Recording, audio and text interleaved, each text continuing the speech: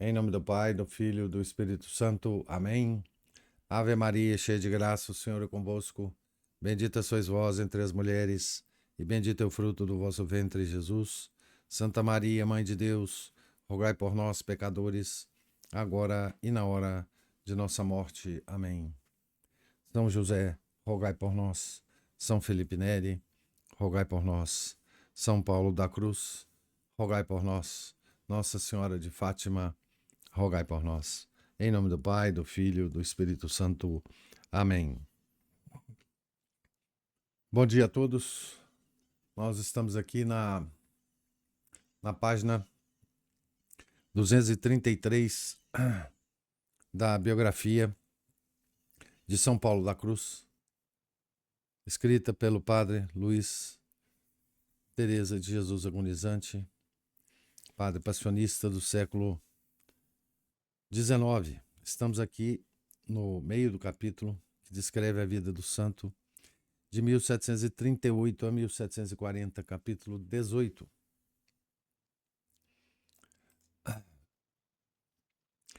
Outras penosas provações.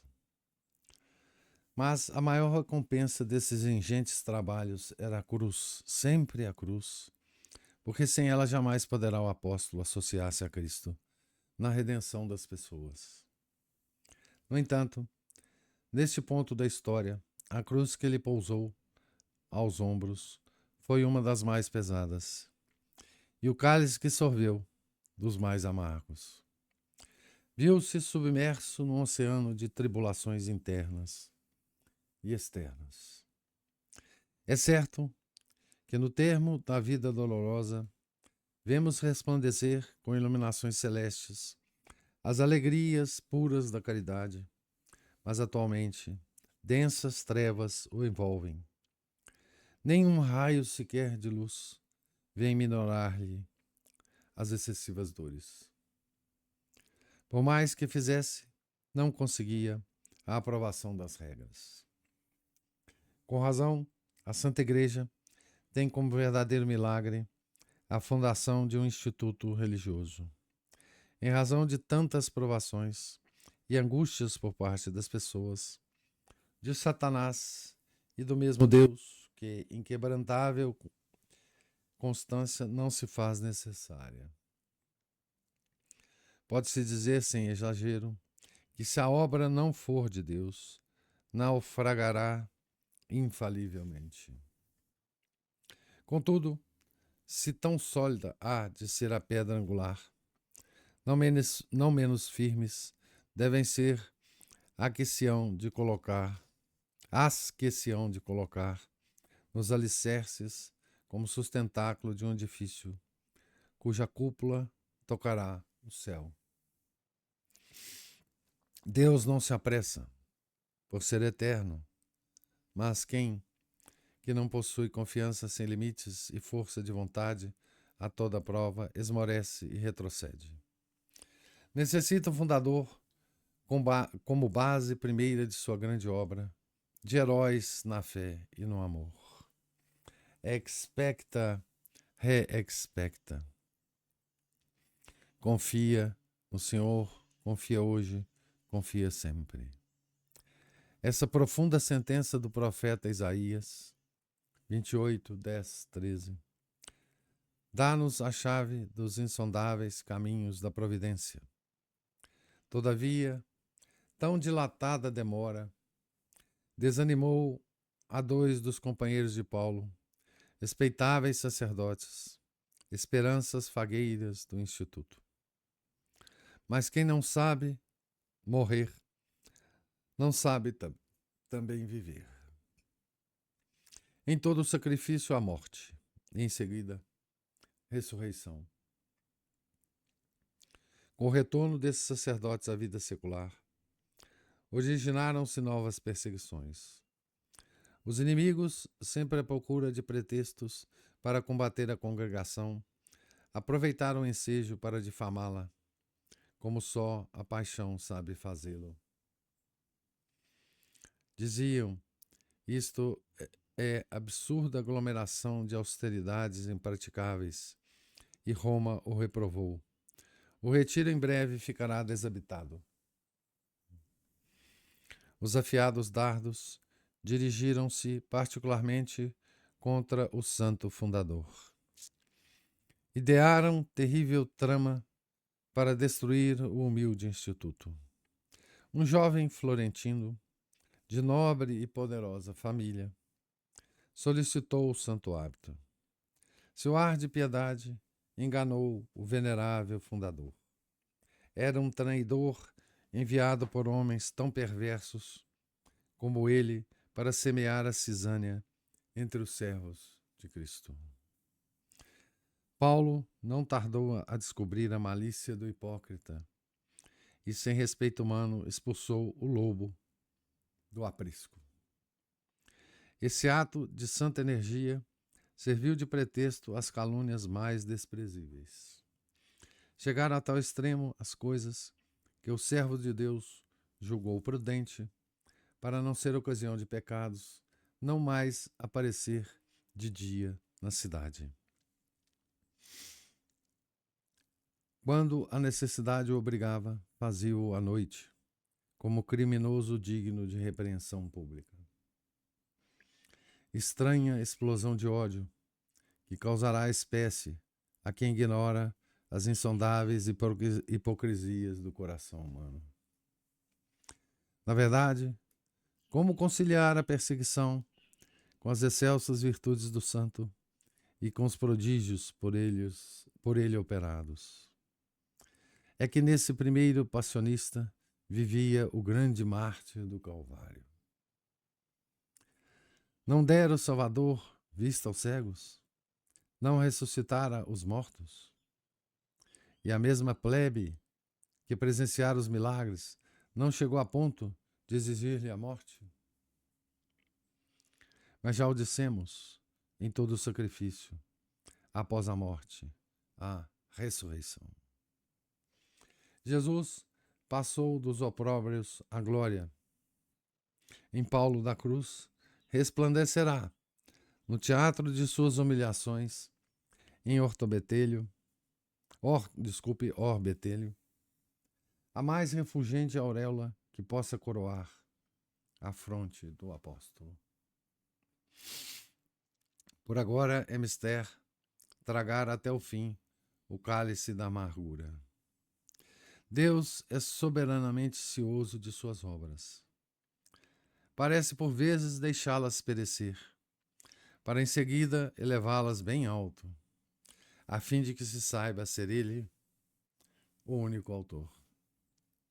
Maneja assim a debilidade humana para sua glória, sem expô-la aos enganos do amor próprio.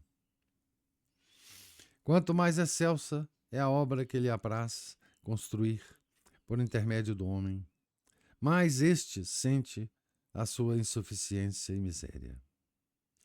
E do remate à base aparecerá unicamente a poderosa mão de Deus.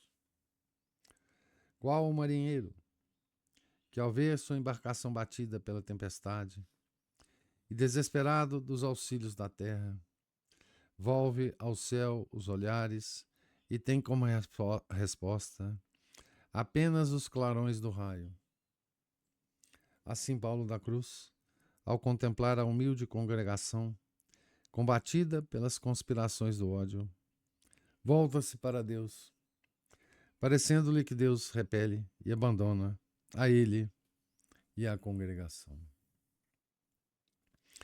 Na capela da Santíssima Trindade de Gaeta, apresentou-se-lhe um anjo com uma cruz de ouro, e Deus lhe disse interiormente, abre aspas, apraz-me fazer de ti outro Jó, fecha aspas. Efetivamente, o estado atual do nosso santo, os brados lancinantes de sua alma, relembram-nos o patriarca da Idumeia. Meus enormes pecados precipitaram-me na mais lastimosa miséria. As perseguições, as murmurações e as calúnias dos homens, Que abraço de boa vontade para bater o meu orgulho. A espantosa guerra suscitada pelos demônios. E o que é mais terrível, o tremendo açoite do Altíssimo. Eis o inferno que sofro. Suspiro apenas por uma boa morte, pelos méritos da sacratíssima paixão de nosso Senhor Jesus Cristo. Notem-se as últimas palavras. Eram furtivos clarões em meia-noite tenebrosa. Tudo voltará às trevas. E Paulo prossegue. São trechos de uma carta. Sim, estou persuadido, antes certo, de que a Divina Majestade não aceita a obra que eu julgava deveria realizar-se e a respeito da qual Deus me dá sinais demasiado palpáveis. Prevejo para breve a destruição do convento e serei açoitado com golpes tão terríveis a ponto de me causarem a morte. Deus manifesta-me claramente sua náusea e me faz conhecer que não deseja servir-se desta pérfida criatura. Espero, todavia, a salvação da minha alma, pelos méritos infinitos da Santíssima Paixão de Nosso Senhor. Então aqui tem uma nota explicando, bom, essa é uma carta, né? Está aqui a referência à carta. Com razão, se tem revelado que, abre aspas, o fundo de espiritualidade de São Paulo da Cruz é a participação, a paixão de Nosso Senhor e a união com Cristo sofredor. Fecha aspas. Aqui é de um livro, Revue de Ascétique et de Mystique, de M. Miller, 1951. Julgamos que em nenhuma outra carta, como nesta, aparece melhor quanto o nosso santo participou das dores de Jesus. Sem dúvida, causa espanto a terrível provação porque passou, principalmente se refletir que durou cerca de 45 anos.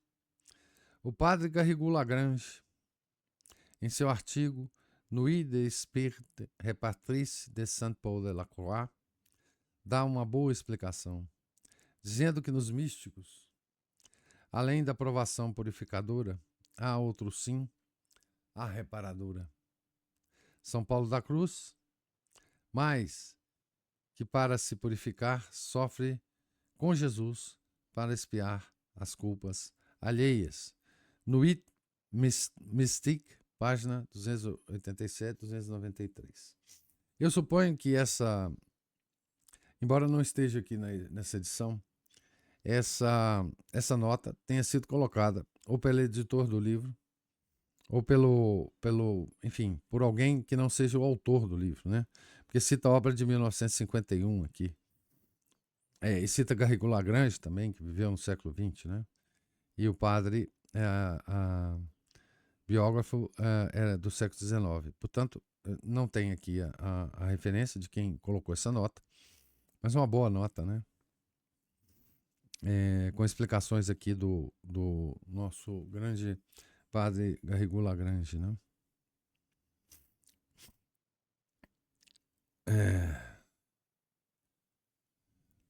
Noite do Espírito Reparador em São Paulo da Cruz, que é o artigo, o texto que se refere aqui do padre Garrigou Lagrange, né? Ó Paulo da Cruz! E as promessas de Nosso Senhor e da Divina Mãe? Já vos não recordais das celestes aparições que tanta segurança vos causavam? O santo não as olvidara, mas julgava ter se tornado indigno delas por seus pecados. Prova de sua infidelidade era o abandono de Deus. Abandono de amor por ele considerado abandono de cólera. Não lhe faltava confiança, mas nele devia resplandecer a humildade. Quando Deus deixa a expressão entre aspas aqui do Apocalipse, né? Fumaça do poço do abismo, Apocalipse 9:2. Isto é, o lodo da natureza decaída se eleva à parte superior do homem. Até a alma do santo se vê obscurecida e como envolta em trevas. Percebe tão somente as chagas da primeira queda. Embora pura como a luz meridiana, ela se crê coberta de todas as máculas. É o velho Adão a agitar-se, pois ele jamais perece completamente aqui na terra, nem mesmo nos santos. A diferença existente entre os santos e os pecadores é que estes deixam crescer o germe original da morte, ao passo que aqueles tenazmente o combatem, extirpando-lhe continuamente os rebentos. Se esse conhecimento da natureza humana ser-nos-ia incompreensível, sem esse conhecimento da natureza humana, ser-nos-ia incompreensível a linguagem dos santos e o estranho apreço que fazem de si, chamando-se e considerando-se grandes pecadores, não obstante a santidade de vida. Todavia, nessa aparente crise de desespero, conserva-se ao âmago da alma, por vezes desconhecido, o único e supremo laço de confiança. Paulo termina as sentidas lamentações com esta expressão, abre aspas, espero que Nosso Senhor me há de salvar pelos méritos de sua sagrada paixão e morte, fecha aspas. As cruéis agonias que o martirizavam, ele as guardava no coração, ocultando-as aos filhos. Dizia-lhes, irmãos meus, pratiquemos o bem e abandonemo-nos nos braços da divina providência. Deus é nosso Pai. Aqui ele cita de novo uma obra de 1951, que ele já tinha citado antes, né? La volonté de Dieu dans les lettres de Saint Paul de la Croix. A vontade de Deus nas cartas de São Paulo da Cruz. É um artigo, na verdade, na revista de Ascética e Mística, 1951. Então também aqui essa citação é posterior, né? Feita por alguém aqui que pode ser, inclusive, os passionistas que editaram o livro, né? Nova mágoa vem ferir-lhe o coração. Monsenhor Crescenzi ausentar-se-á de Roma. Perderá o santo, o ativo auxiliar, que empregava sua poderosa influência em prol do amigo. Em 6 de fevereiro de 1740, falecia Clemente XII. Por 6 meses permaneceu vacante a sé apostólica, prolongando-se assim as provações do santo fundador. Para acúmulo de males, abatido por sofrimentos morais, esgotado pelos trabalhos apostólicos, Paulo caiu gravemente enfermo. Esteve às portas da morte. Quando tudo parecia perdido, apareceu-lhe a Santíssima Virgem e o animou com as seguintes palavras.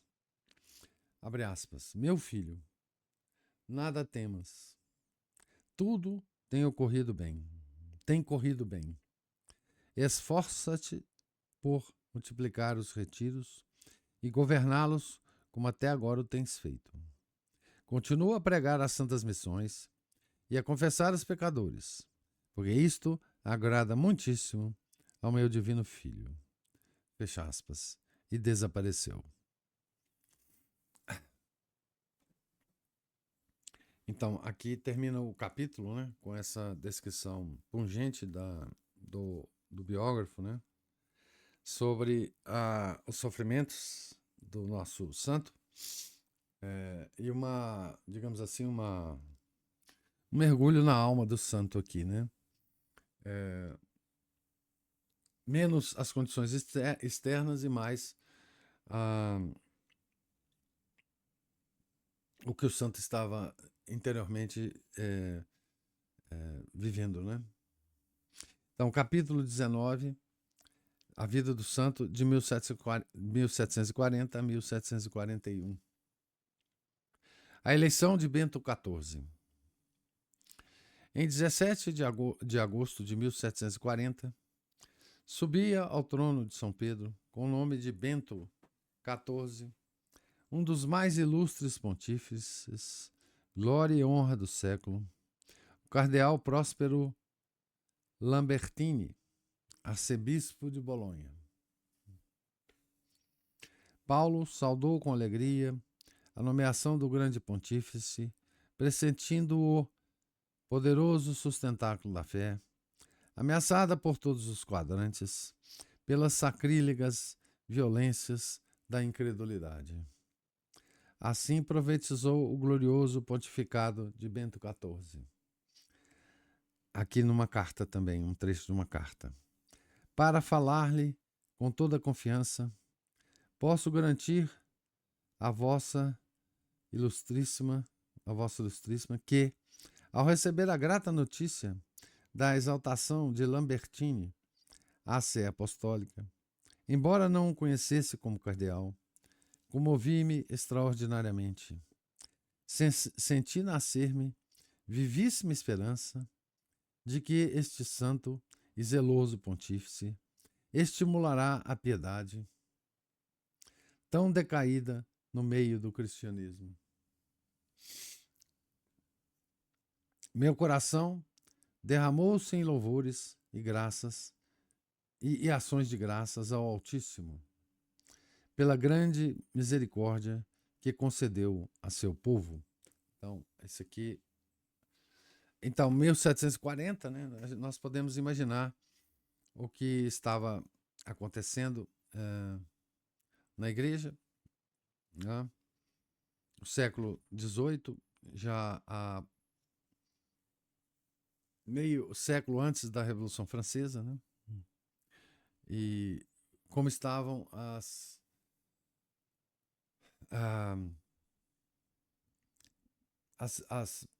situação no mundo, no mundo das ideias, no mundo da incredulidade, no mundo do afastamento, né? Do povo, do progressivo afastamento do povo em relação à Igreja de Cristo, né? Que depois só piorou a situação, né? Mas, então, Bento XIV, né? Uma voz interior lhe dizia, abre aspas, eis o Papa que estabelecerá na Igreja, com autoridade apostólica, o Instituto da Santa Cruz.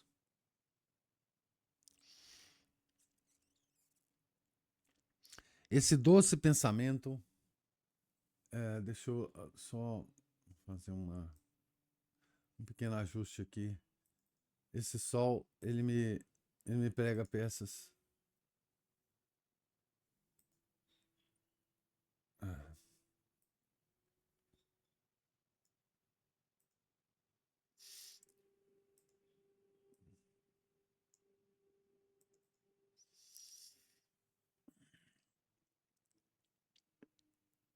Uma voz interior lhe dizia, eis o Papa que se estabelecerá na Igreja, com autoridade apostólica, o Instituto da Santa Cruz. Esse doce pensamento desabrochava-lhe no coração, mas não se abandonava a ele, por ter sempre ante os olhos a, abre aspas, imagem de meu horrível.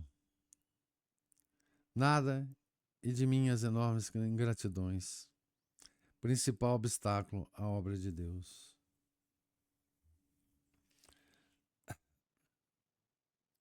Iria apresentar as santas regras ao novo pontífice, mas necessitava de um protetor. Onde encontrá-lo? Crescenzi já não estava em Roma. Elevado no ano precedente a arcebispo de Nazianzo, fora enviado a Paris como núncio apostólico. É verdade que Crescenzi, antes de partir, dignara-se recomendar o santo amigo ao cardeal Rezônico, ornamento do sagrado colégio, assim pela piedade como pela ciência. Sua Eminência, que eu conhecera e admirara no Hospital de São Galicano, julgou-se feliz em receber como legado o título de protetor do santo, manifestando-lhe sempre terníssimo afeto. Paulo, por sua vez, depositou no novo protetor ilimitada confiança. Escreveu-lhe que falasse ao sumo pontífice a respeito da congregação nascente. Eis a resposta do cardeal. Estive aos pés do Santo Padre, expondo, em resumo, a finalidade do vosso instituto, o ideal santíssimo que tem em vista, o grande bem que proporcionará à Igreja, o progresso que se lhe deve desejar e que, sem dúvida, tomaria com a aprovação das regras pela Santa Sé. O Santo Padre ouviu o relatório com muita atenção, com muita satisfação. Honrou-o com seu assentimento e incumbiu-me de dizer-vos que enviasseis a Roma um dos vossos religiosos com as constituições que desejais aprovadas. O Papa crê poder dar-vos essa consolação. Venturosa carta. Verdadeiro bálsamo às aflições de Paulo. Desaparecera como por encanto a febre que o martirizava. Estava curado, e aquele coração generoso, que soube ocultar as penas, não soube reter o júbilo que o inebriava, comunicando aos filhos a feliz nova, exortando-os a redobrarem as orações para alcançar do Senhor êxito completo em assunto de tanta importância. Igual recomendação fez às pessoas que dirigia pelas veredas da perfeição. Escreveu a Madre Maria Querubina Bresciani, do mosteiro de Piombino. Jamais os negócios de nossa congregação andaram tão bem. Agora, minha filha, é tempo de insistir, de dirigir fervorosas súplicas ao Altíssimo em favor dessa santa obra, que temo assaz obstacular. Ofereço ao Eterno Pai o sangue preciosíssimo de seu unigênito Filho, a fim de que se não irrite com minhas ingratidões, e me conceda a graça de cumprir a sua santíssima vontade. Se essa obra não for para a sua maior glória, que me dê tempo e asilo para penitenciar-me e chorar meus enormes pecados. Esse é um trecho de uma carta, né? Tendo unicamente em vista a maior glória de Deus, Paulo e João Batista, após a festa de Todos os Santos, partiram para Roma. Então, eu vou parar aqui na página 241, para a gente bater um papo a respeito da leitura. Então, nós vimos aqui dois momentos da vida de São Paulo. Um esperançoso, esse último momento aqui, né, com a eleição de Bento XIV, mas o momento anterior de muito sofrimento, né? E nessa descrição dos sofrimentos do nosso santo, né? E eu imagino quão penosas foram essas provações, né? Quer dizer, a gente só pode imaginar, né? Mas nisso tem uma marca, né? Que nós já vimos em outras histórias, outras fundações, né? como que as obras de Deus são cercadas de muito maior dificuldade, né? Do que as obras humanas, né? Como certas obras humanas, mesmo ímpias, né, são tão facilmente estabelecidas no mundo, sem, parece, né, sem nenhuma dificuldade, nenhum empecilho, exceto aquelas normais de burocracias e atrasos normais, né, mas não as obras dos santos, né, principalmente a fundação, né, dos institutos e das ordens religiosas, né? Então, enfim, qualquer instituição, qualquer dessas grandes ordens religiosas no mundo, né, foram sempre cercadas de muitas dificuldades, né, que é a marca, digamos assim, de Deus, né? Quase que uma regra infalível, né? Ou seja, qualquer pessoa que queira fazer uma obra em nome de Deus pode esperar, né, que a marca dele seja posta nessa obra através das dificuldades, né? Mas aqui, nesse texto que o nosso autor resolve, enfim, só aludir às dificuldades externas, né? Mas ele se concentra mais na reação do nosso santo, né? Por exemplo, essa pessoa que tentou se aproximar de São Paulo, né? Esse filho de uma família nobre, né? Que supostamente era um traidor, que é a expressão que ele usa aqui, né? Que depois o São Paulo da Cruz o expulsa, né? Do instituto. Ele não entra em detalhes sobre isso, né? Mas certamente isso foi uma coisa importante, porque o desprezo de um nobre, né, deve ter ferido o orgulho de muita gente importante, né?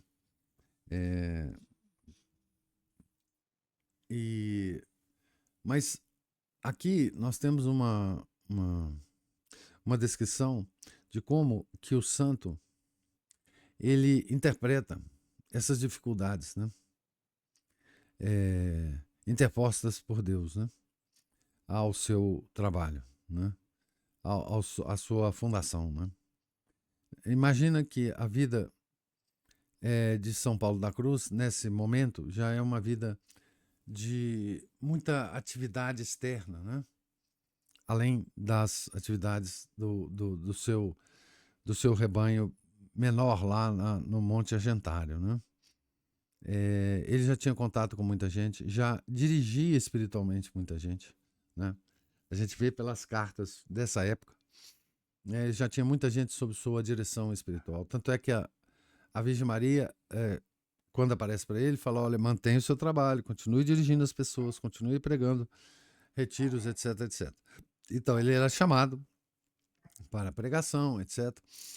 E toda essa atividade, né, permanente dele, mais esse problema, né? Então, a psicologia do santo aqui, que é mais importante a gente perceber, né, que é a seguinte: o santo, ele não põe a culpa em ninguém, tá certo? Ele não pôs a culpa no Papa, que não quis aprovar, ou nos cardeais, que não quiseram insistir, ou no próprio protetor dele lá, o Monsenhor Crescenzi. Ele não pôs a culpa nele, né? Ele não põe a culpa no próprio nobre traidor que o, o traiu lá, enfim, no seu instituto. Ele não põe a culpa no irmão dele, não põe a culpa em ninguém, exceto nele mesmo, né? A interpretação que ele faz aqui das vicissitudes pelas quais ele passa é uma coisa impressionante, né? Ele põe a culpa de tudo que está acontecendo com ele em seus próprios pecados, né? Em suas próprias falhas. E nas orações mais pungentes que ele faz, né, ele pede para que ele pelo menos tenha uma boa morte, né? Então, ele toda a interpretação que ele faz, né, é de que aquilo só pode ser culpa dele. Ele não vê outra possibilidade, né? Quer dizer, se a coisa não vai para frente, quem é culpado sou eu, né? Ele não tem o menor resquício de mágoa com ninguém. Ele não tem o menor resquício de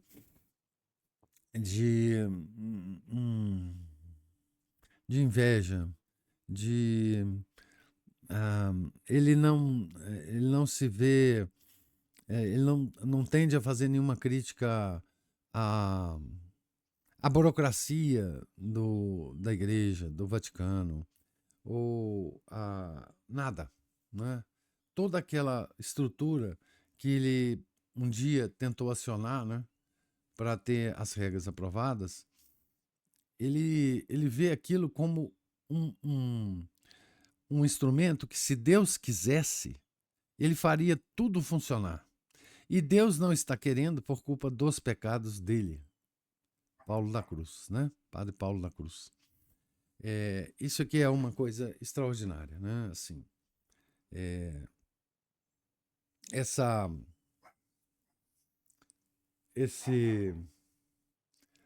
esse conhecimento das relações de Deus com a alma e de Deus com as causas segundas, né? Ele não tem nenhuma dúvida que, se Deus quiser, ele vai mover todas as causas segundas e fazer com que as coisas aconteçam, né? E ele interpreta que Deus não está fazendo isso por causa dos próprios pecados dele, né? Uma coisa extraordinária, né? O que mostra é nesse tipo de situação, né, em que mostra a grandeza da santidade de um místico, assim, né? Não é na hora dos milagres, não é na hora dos grandes sermões, né? Não é na hora da glória do santo, da glória mundana do santo, né? Que se vê a santidade, mas é exatamente nesse momento, né? Nesse momento em que ele se defronta com a própria miséria, né? O santo se defronta com a própria miséria. É uma coisa belíssima, né? Mas eu queria ver se nós temos algum comentário, alguma observação de vocês. E aí, professor? Opa! É Bom. interessante aí o autor colocar aí esse sofrimento, né, seja ele como reparador, ou seja, como purificador, né, que as pessoas muitas vezes elas se perguntam o porquê de certos sofrimentos, né? Muitas vezes reparação pelos próprios erros e às vezes até reparações pelos erros dos outros. Isso. Tem gente que não aguenta fazer essa reparação e alguém está fazendo por você. Né? E tem que pensar aí quanto que alguém deve estar aguentando por mim, por outras pessoas por aí afora, né? Simplesmente porque a pessoa é Nutella ou não aguenta, ou seja lá o que for, não tem condições de suportar isso, né? Já uma vez um padre chamou a atenção da gente sobre isso.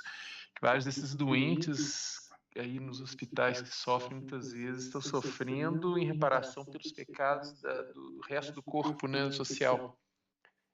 Através da comunhão dos santos, né? Exato. né? E essa parte da purificadora também, né? Ou seja, as pessoas têm que pensar um ou outro, às vezes ambos, né? Na mesma ocasião. Sempre é útil para isso, porque, como dizia o padre Palotti, né? O pecado é o único mal, né? Que as pessoas precisam estar atentas, né? Daí que vem esse incentivo, né, do próprio céu pelas missões, pelas direções espirituais, né, que a gente quase não vê hoje em dia. Inclusive, teve um pessoal num grupo que eu participo mandou uns dados do IBGE sobre religião no Brasil. Acabou de sair aí, né? Parece. A gente clica no mapa, até saiu da Globo lá, né? A gente clica no mapa, o município e vê a proporção, né? Católico, evangélico, sem religião, tal. E um rapaz lá, ele descobriu que o lugar onde tem mais ateu, um lugarzinho no interior da Bahia, aliás, vários lugares no interior da Bahia, né? A gente vê também a mesma coisa no Rio de Janeiro, esses lugares onde aquele pessoal da cor rubra assume o governo, né? Deve ter feito um trabalho de educação muito eficiente nesse ponto. A Bahia é terrível. 30% de sem religião, professor. 30%. Então, quer dizer, uma missão num lugar desse, bem feita, bem dada, do estilo São Paulo da Cruz, será que não faria uma diferença? Né? Eu até briguei com eles, esse lugar está precisando de uma equipe de catequistas aí urgente, se tivesse o apoio do clero local também, né? E sem contar a gente vê, né, que a gente pensa assim, Bahia, cheio de macumbeiro, o índice de macumbeiro, por exemplo, em Salvador, em torno de 2,7%, 2,8%. Enquanto isso, tem cidades na grande Porto Alegre, né, o pessoal lá, a Nova Dinamarca, né, da América do Sul, tem lá níveis de 10%. Mas Porto Alegre também tem quantos anos de governo rubro, né? O pessoalzinho de lá, desde o século XIX, sempre foi muito chegado à maçonaria, a libertarismos, né, liberalismos. É o tal Garibaldi, né? É o tal Garibaldi que fez um estrago danado. Garibaldi, farrapos, não sei o que, eles cantam vantagens disso geração para geração e vão incentivando o pessoal a continuar nessa de o Sul é meu país, né? É desse jeito. Mas, só para terminar aqui, professor, tem um detalhe, hein, Márcio? Não existe pessoa sem religião. Não, a religião é religião. Só tem dois senhores, né? Só tem dois senhores. Aí a pessoa sem religião significa que ela está, né? Exatamente. Tá no outro. Tá no outro, tá no colo do outro lá, né? Virou bebê reborn do outro, né? Exato, exatamente. Ótimo.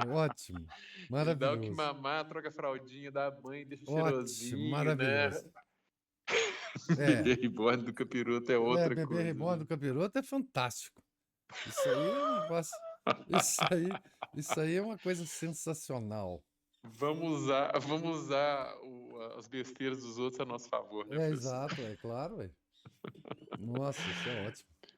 Mas essa questão do ascetismo aí, que as pessoas não dão a devida importância, tem até um exorcista, resumindo aqui a história aqui, a conclusão dele, que inclusive outro dia conversando com um padre que já fez exorcismos, ele me contou, isso já tem tempo, me contou que o exorcista ele é submetido a uma disciplina muito rigorosa, inclusive de penitências, para poder exercer bem o ministério de exorcista dele, para ajudar, né? Imagino.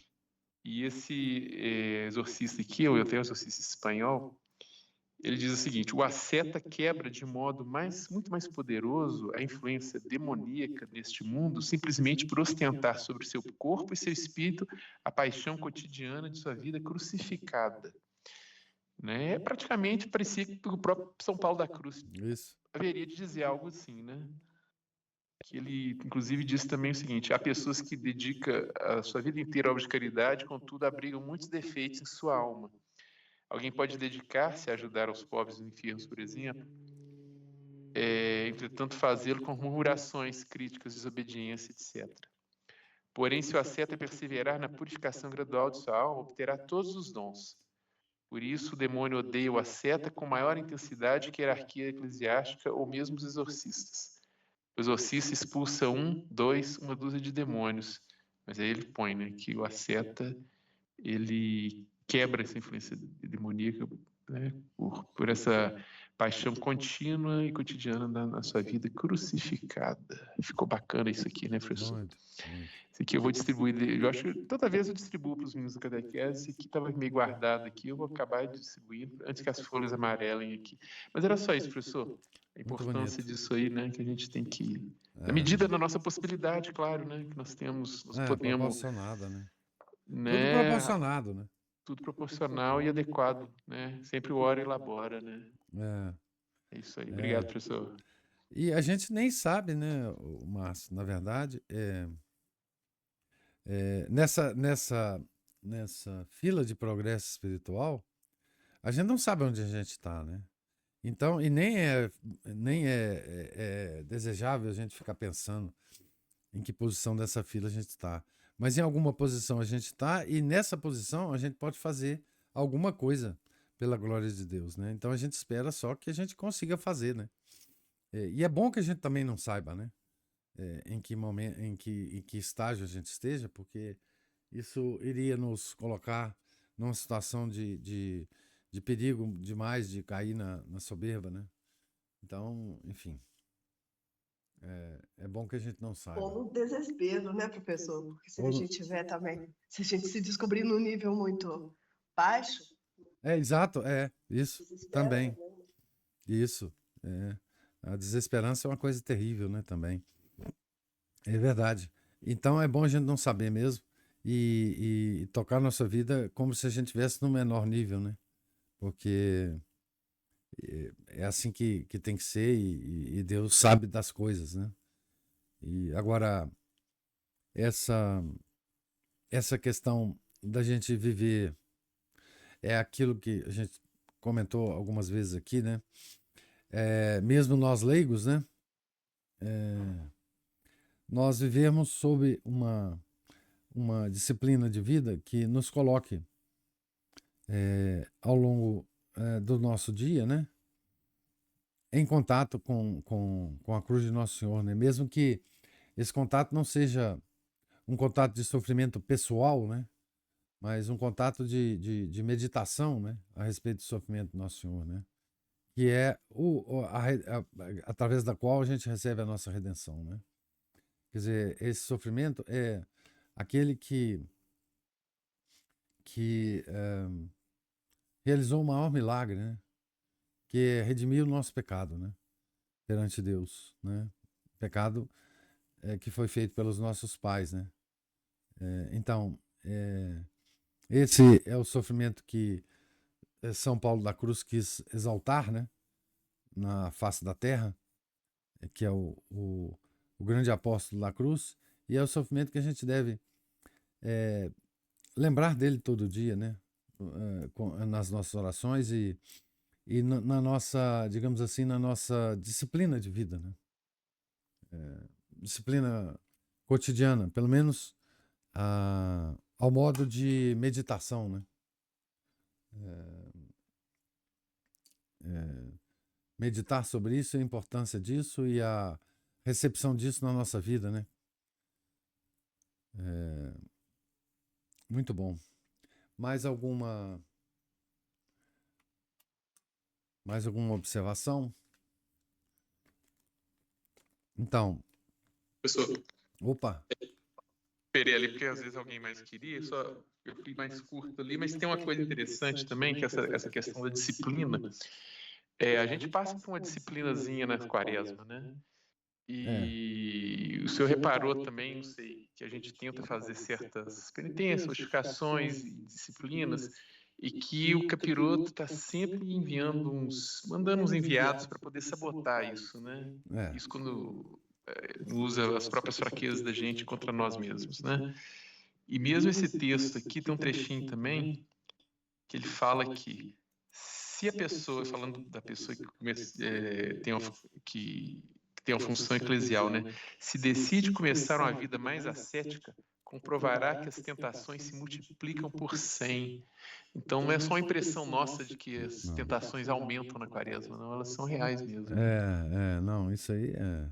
Isso é a regra do demônio mesmo, né? É a ação e reação, né? Não tem... Uma contraofensiva por parte dele. Isso é regra infalível, né? Vai acontecer mesmo. À medida que a sua vida... que você tenta santificar a sua vida, mais as coisas vão... mais os fantasmas vão aparecendo. Vão aparecendo. E ele conclui aqui, se ele inicia o caminho da ascese, não da catequese, mas da ascese, e se perseverar, Deus concederá a ele o dom da caridade em grau supremo. Entretanto, aquele que se dedica exclusivamente a realizar as obras de caridade pode nunca chegar a uma vida ascética. Então, ele coloca aí o ascetismo como uma abertura, né? Anulação de completamente, a conversão completa da pessoa, de virar completamente as costas para as coisas e voltar totalmente para Deus. Ele vai realmente adquirir isso. Não é muito interessante isso? Não, isso aí é... Não é? E o São Paulo da Cruz está aí mostrando isso, né? Um grande brilhante. Santo. Ele e os outros anacoretas que já serviram de exemplo para ele, né, professor? Mas é isso, professor, obrigado. Obrigado você, Márcio. Muito bom isso. Muito boas as observações desse exorcista. Então, antes que o nosso software nos desligue aqui, Deus lhes pague a presença, paciência, as observações e comentários. Tenham todos um santo dia. Fiquem com Deus. Em nome do Pai, do Filho e do Espírito Santo. Amém. Ave Maria, cheia de graça, o Senhor é convosco. Bendita sois vós entre as mulheres, e bendito é o fruto do vosso ventre, Jesus. Santa Maria, Mãe de Deus, rogai por nós, pecadores, agora e na hora de nossa morte. Amém. São José, rogai por nós. São Felipe Neri, rogai por nós. São Paulo da Cruz, rogai por nós. Nossa Senhora de Fátima, rogai por nós. Em nome do Pai, do Filho, do Espírito Santo. Amém.